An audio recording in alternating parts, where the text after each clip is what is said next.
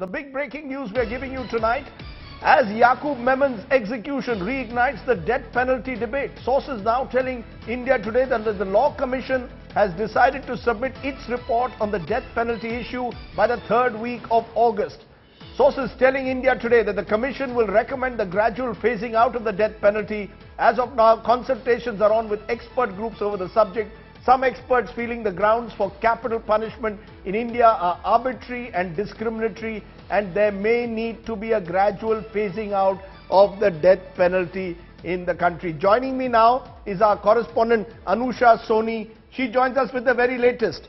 Anusha, please tell us, is the Law Commission ready with that report, or are they still seeking more opinion on the death penalty? Rajdeep, as far as the consultation and getting these opinions together is concerned, Law Commission is in the final phases. As you just mentioned, that by the third week of August, a report would be submitted to the Supreme Court of India and to the government. Justice A.P. Shah, who is heading this commission, had also called for public consultations on this issue. And the key points we are gathering from our sources is the fact that there seems to be a huge divide between the kind of opinion the commission has got from the public at large and from the experts groups. While the experts group at large, are in the favor of abolishing death penalty in the country, the public opinion seems to be in favor of retaining the death penalty in the country.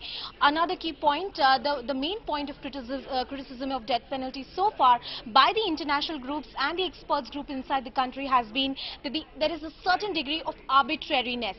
There is no detailed procedure in the under the Indian Constitution or even the Supreme Court judgments which talk about the death penalty. The 1980 case, the 1980 judgment of Bachan Singh, which defines the rarest of rare, is still very vague and broad, and that has been the key point that has been coming forward.